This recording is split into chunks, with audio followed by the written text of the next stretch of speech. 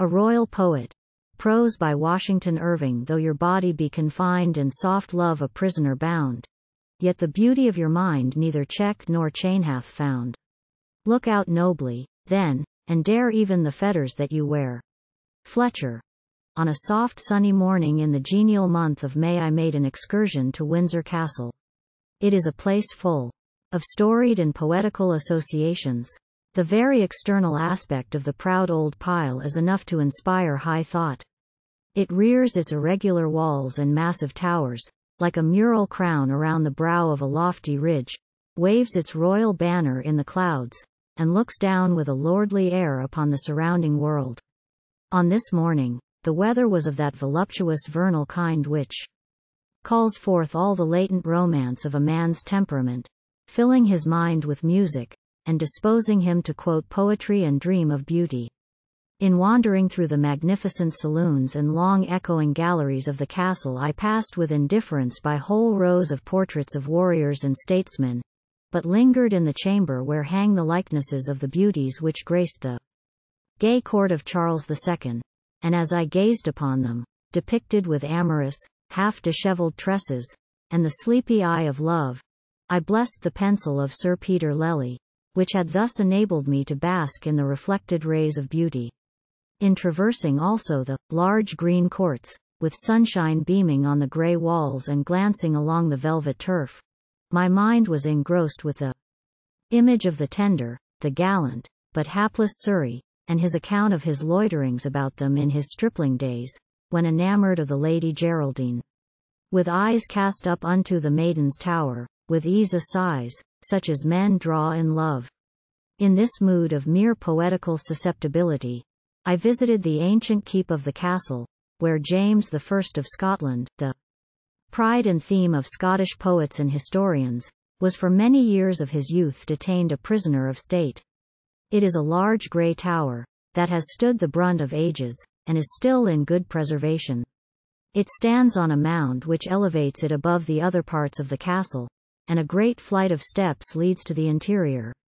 In the armory, a Gothic hall furnished with weapons of various kinds and ages, I was shown a coat of armor hanging against the wall, which had once belonged to James.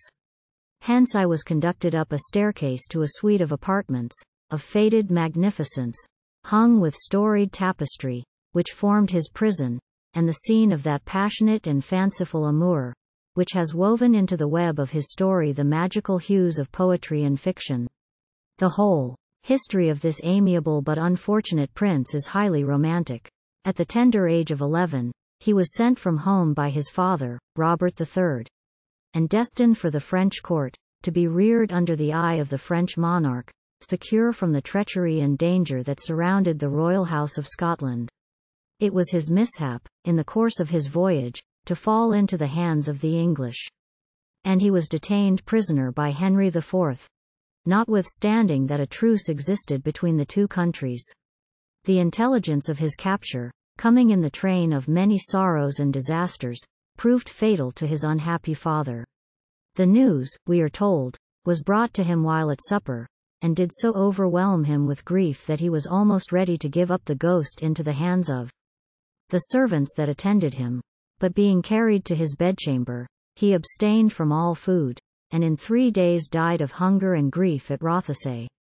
One James was detained in captivity above 18 years, but, though deprived of personal liberty, he was treated with the respect due to his rank.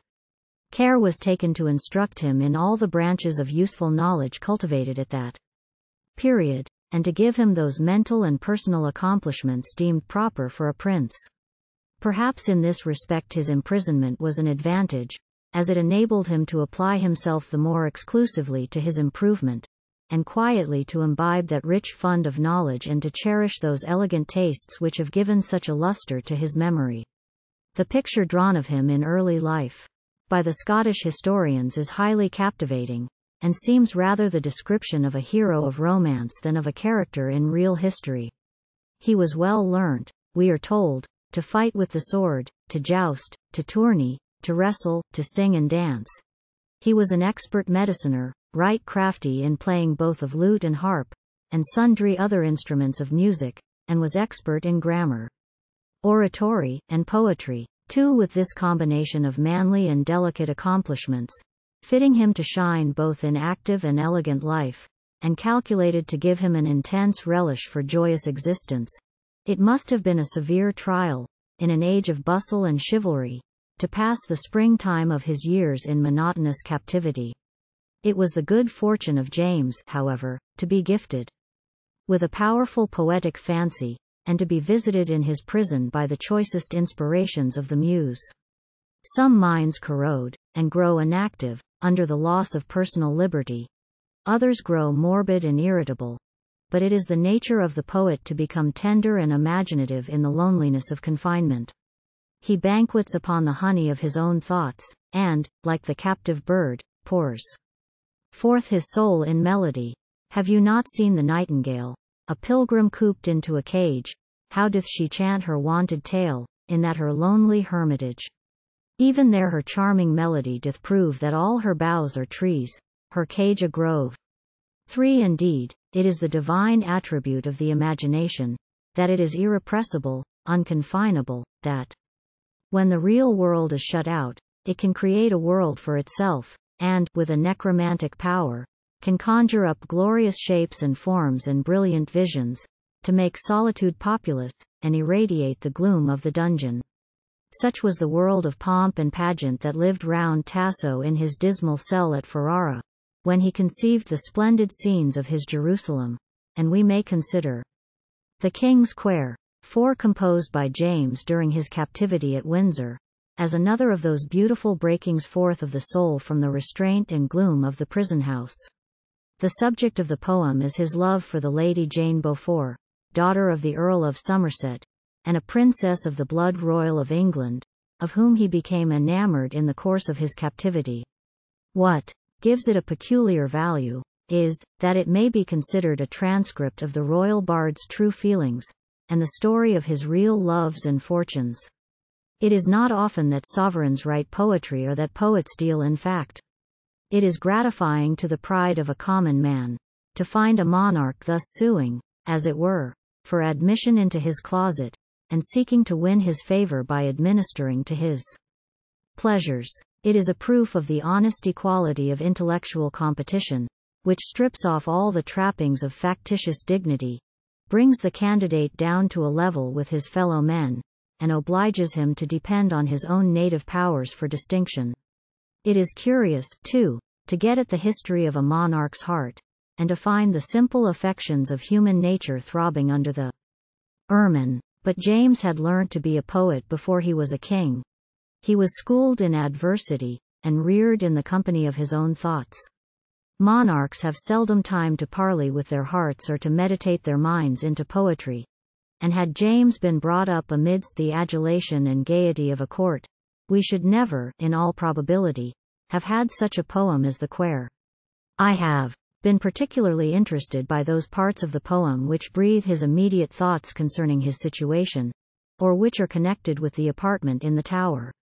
They have thus a personal and local charm, and are given with such circumstantial truth as to make the reader present with the captive in his prison and the companion of his meditations. Such is the account which he gives of his weariness of spirit, and of the incident which first suggested the idea of writing the poem. It was the still mid-watch of a clear moonlight night. The stars, he says, were twinkling as fire in the high vault of heaven, and Cynthia rinsing her golden locks in Aquarius. He lay in bed wakeful and restless, and took a book to beguile the tedious hours. The book he chose was Boëtius's Consolations of Philosophy, a work popular among the writers of that day, and which had been translated by his great prototype, Chaucer. From the high eulogium in which he indulges, it is evident this was one of his favorite volumes while in prison, and indeed it is an admirable textbook for meditation under adversity. It is the legacy of a noble and enduring spirit, purified by sorrow and suffering, bequeathing to its successors in calamity the maxims of sweet morality, and the trains of eloquent but simple reasoning, by which it was enabled to bear up against the various ills of life.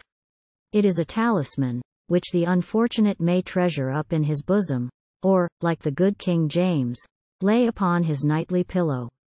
After closing the volume he turns its contents over in his mind, and gradually falls into a fit of musing on the fickleness of fortune, the vicissitudes of his own life, and the evils that had overtaken him even in his tender youth. Suddenly he hears the bell ringing to matins, but its sound, chiming in with his melancholy fancies, seems to him like a voice exhorting him to write his story. In the spirit of poetic errantry he determines to comply with this intimation. He therefore takes pen in hand, makes with it a sign of the cross to implore a benediction, and sallies forth into the fairy land of poetry. There is something extremely fanciful in all this, and it is interesting as furnishing a striking and beautiful instance of the simple manner in which whole trains of poetical thought are sometimes awakened and literary enterprises suggested to the mind. In the course of his poem, he more than once bewails the peculiar hardness of his fate, thus doomed to lonely and inactive life, and shut up from the freedom and pleasure of the world in which the meanest animal indulges unrestrained. There is a sweetness, however, in his very complaints. They are the lamentations of an amiable and social spirit at being denied the indulgence of its kind and generous propensities. There is nothing in them harsh nor exaggerated. They flow with a natural and touching pathos, and are perhaps rendered more touching by their simple brevity. They contrast finely with those elaborate and iterated repinings which we sometimes meet with in poetry, the effusions of morbid minds sickening under miseries of their own creating, and venting their bitterness upon an unoffending world. James speaks of his privations with acute sensibility, but having mentioned them passes on, as if his man-lv mind disdained to brood over unavoidable calamities. When such a spirit breaks forth into complaint, however brief, we are aware how great must be the suffering that extorts the murmur. We sympathize with James, a romantic, active, and accomplished prince, cut off in the lustihood of youth from all the enterprise, the noble uses, and vigorous delights of life, as we do with Milton, alive to all the beauties of nature and glories of art, when he breathes forth brief but deep-toned lamentations over his perpetual blindness. Had not James evinced a deficiency of poetic artifice, we might almost have suspected that these lowerings of gloomy reflection were meant as preparative to the brightest scene of his story, and to contrast with that refulgence of light and loveliness, that exhilarating accompaniment of bird and song, and foliage and flower, and all the revel of the year, with which he ushers in the lady of his heart. It is this scene, in particular, which throws all the magic of romance about the old castle keep. He had risen, he says, at daybreak, according to custom, to escape from the dreary meditations of a sleepless pillow. Bewailing in his chamber thus alone, despairing of all joy and remedy, for, tired of thought, and woe begone, he had wandered to the window to indulge the captive's miserable solace, of gazing wistfully upon the world from which he is excluded. The window looked forth upon a small garden which lay at the foot of the tower. It was a quiet, sheltered spot, adorned with arbors and green alleys, and protected from the passing gaze by trees and hawthorn hedges. Now was there made fast by the tower's wall, a garden fair, and in the corners set an arbor green with wandis long and small railed about, and so with leaves beset was all the place and hawthorn hedges net, that life 5 was none, walking therefore by, that might within scarce any white espy. So thick the branches and the leaves green, beshaded all the alleys that there were, and midst of every arbor might be seen, the sharp, green, sweet juniper, growing so fair with branches here and there, that as it seemed to a life. Without, the boughs did spread the arbor all about, and on the small green twisty six set the little sweet nightingales, and sung so loud and clear, the hymnus consecrate of Love's use, now soft, now loud among, that all the garden and the wallis rung right of their song. Note, the language of the quotations is generally modernized. It was the month of May, when everything was in bloom, and he interprets the song of the nightingale into the language of his enamored feeling. Worship, all ye that lovers be, this May, for of your bliss the calends are begun, and sing with us, away, winter, away. Come, summer, come, the sweet season and sun.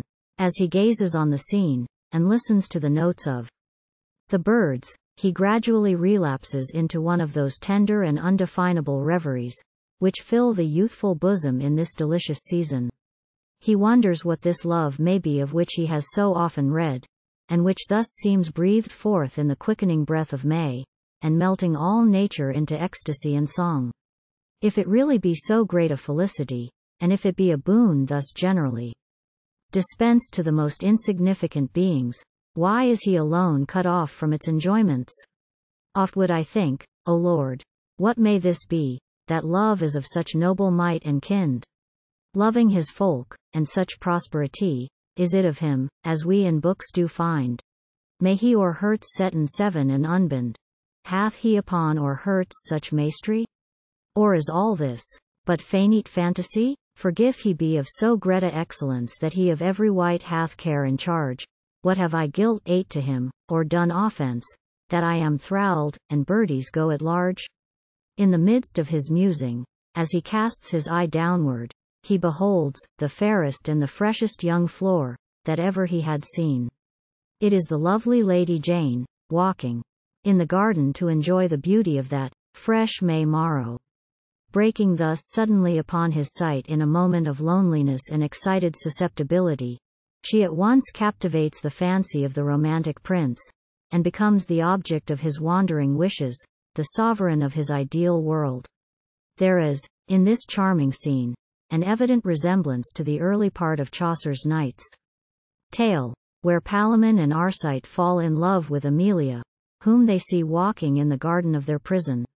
Perhaps the similarity of the actual fact to the incident which he had read in Chaucer may have induced James to dwell on it in his poem. His description of the Lady Jane is given in the picturesque and minute manner of his master, and, being doubtless taken from the life, is a perfect portrait of a beauty of that day. He dwells with the fondness of a lover on every article of her apparel, from the net of pearl, splendent with emeralds and sapphires, that confined her golden hair, even to the goodly chain of small orfevrerie, 9 about her neck, whereby there hung a ruby in shape of a heart, that seemed, he says, like a spark of fire burning upon her white bosom. Her dress of white tissue was looped up to enable her to walk with more freedom. She was accompanied by 2 female attendants, and about her sported a little hound decorated with bells, probably the small Italian hound of exquisite symmetry which was a parlor favorite and pet among the fashionable dames of ancient times. James closes his description by a burst of general eulogium. In her was youth, beauty, with humble port, bounty, richesse, and womanly feature. God better knows than my pen can report, wisdom, largesse, 10 estate, 11 and cunning sure. In every point so guided her measure, in word, in deed, in shape, in countenance, that nature might no more her child advance. The departure of the Lady Jane from the garden puts an end to this transient riot of the heart. With her departs the amorous illusion that had shed a temporary charm over the scene of his captivity, and he relapses into loneliness, now rendered tenfold more intolerable by this passing beam of unattainable beauty.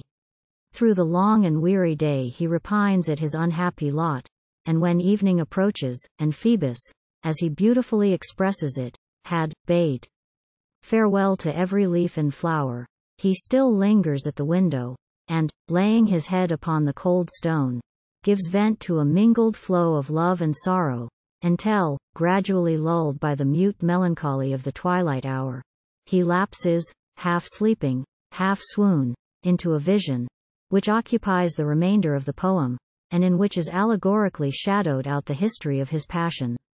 When he wakes from his trance, he rises from his stony pillow, and, pacing his apartment, full of dreary reflections, questions his spirit, whither it has been wandering, whether, indeed, all that has passed before his dreaming fancy has been conjured up by preceding circumstances, or whether it is a vision intended to comfort and assure him in his despondency. If the latter, he prays that some token may be sent to confirm the promise of happier days, given him in his slumbers. Suddenly, a turtle dove of the purest whiteness comes flying in at the window, and alights upon his hand, bearing in her bill a branch of red gillyflower, on the leaves of which is written, in letters of gold, the following sentence: Awake! Awake! I bring, lover, I bring the newest glad, that blissful is and sure of thy comfort. Now laugh, and play, and sing, for in the heaven decreed it is thy cure. He receives the branch with mingled hope and dread, reads it with rapture, and this, he says, was the first token of his succeeding happiness. Whether this is a mere poetic fiction, or whether the Lady Jane did actually send him a token of her favor in this romantic way, remains to be determined according to the fate or fancy of the reader. He concludes his poem by intimating that the promise conveyed in the vision and by the flower is fulfilled by his being restored to liberty, and made happy in the possession of the sovereign of his heart. Such is the poetical account given by James of his love adventures in Windsor Castle. How much of it is absolute fact, and how much the embellishment of fancy, it is fruitless to conjecture. Let us not, however, reject every romantic incident as incompatible with real life, but let us sometimes take a poet at his word. I have noticed merely those parts of the poem immediately connected with the tower, and have passed over a large part which was in the allegorical vein, so much cultivated at that day. The language, of course, is quaint and antiquated, so that the beauty of many of its golden phrases will scarcely be perceived at the present day, but it is impossible not to be charmed with the genuine sentiment, the delightful artlessness and urbanity, which prevail throughout it. The descriptions of nature, too, with which it is embellished, are given with a truth, a discrimination, and a freshness, worthy of the most cultivated periods of the art. As an amatory poem, it is edifying, in these days of coarser thinking, to notice the nature, refinement, and exquisite delicacy which pervade it, banishing every gross thought, or immodest expression, and presenting female loveliness, clothed in all its chivalrous attributes of almost supernatural purity and grace. James flourished nearly about the time of Chaucer and Gower, and was evidently an admirer and studier of their writings. Indeed, in one of his stanzas he acknowledges them as his masters, and in some parts of his poem we find traces of similarity to their productions, more especially to those of Chaucer. There are always, however, general features of resemblance in the works of contemporary authors, which are not so much borrowed from each other as from the times. Writers, like bees, toll their sweets in the wide world. They incorporate with their own conceptions the anecdotes and thoughts current in society, and thus each generation has some features in common, characteristic of the age in which it lives. James belongs to one of the most brilliant eras of our literary history, and establishes the claims of his country to a participation in its primitive honors. Whilst a small cluster of English writers are constantly cited as the fathers of our verse, the name of their great Scottish compeer is apt to be passed over in silence, but he is evidently worthy of being enrolled in that little constellation of remote but never-failing luminaries who shine in the highest firmament of literature, and who, like morning stars, sang together at the bright dawning of British poesy. Such of my readers as may not be familiar with Scottish history, though the manner in which it has of late been woven with captivating fiction has made it a universal study, may be curious to learn something of the subsequent history of James and the fortunes of his love.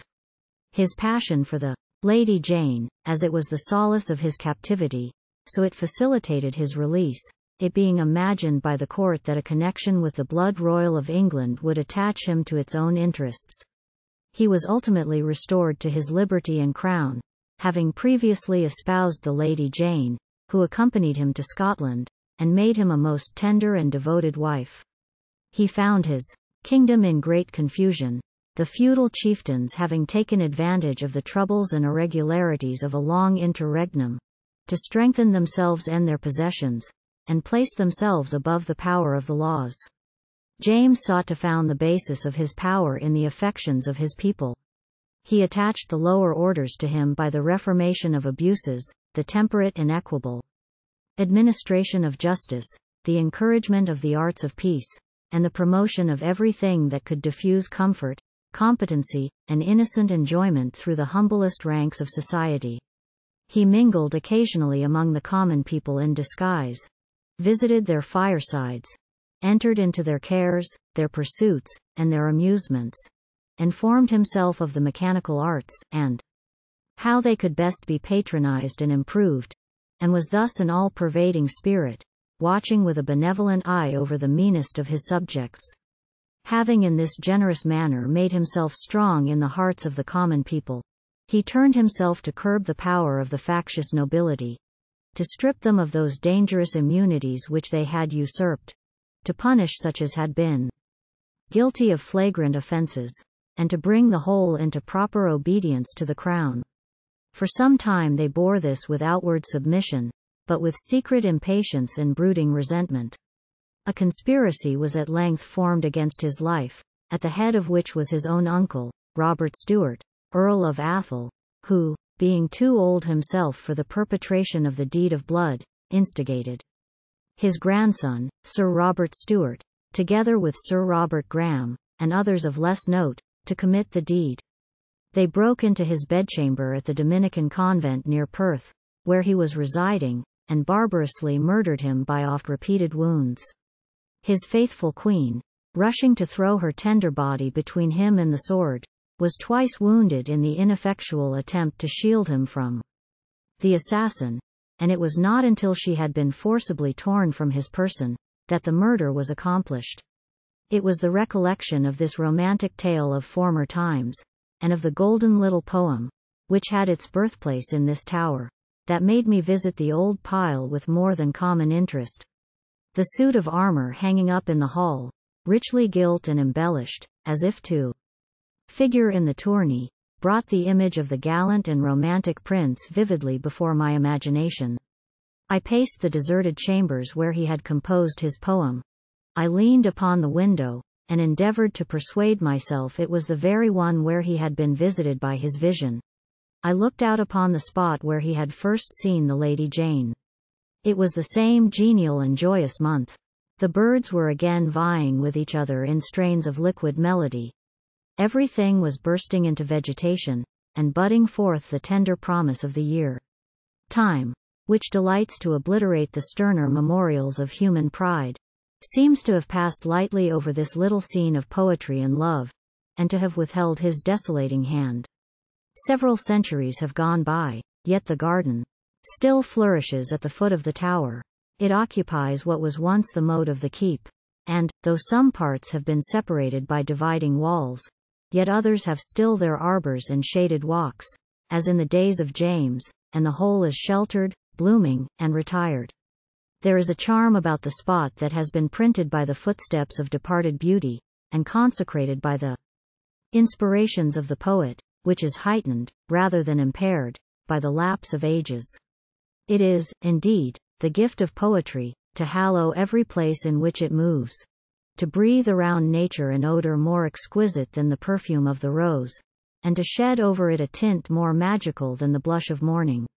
Others may dwell on the illustrious deeds of James as a warrior and a legislator, but I have delighted to view him merely as the companion of his fellow men, the benefactor of the human heart, stooping from his high estate to sow the sweet flowers of poetry and song in the paths of common life.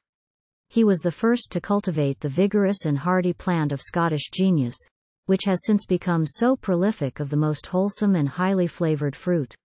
He carried with him into the sterner regions of the north all the fertilizing arts of southern refinement.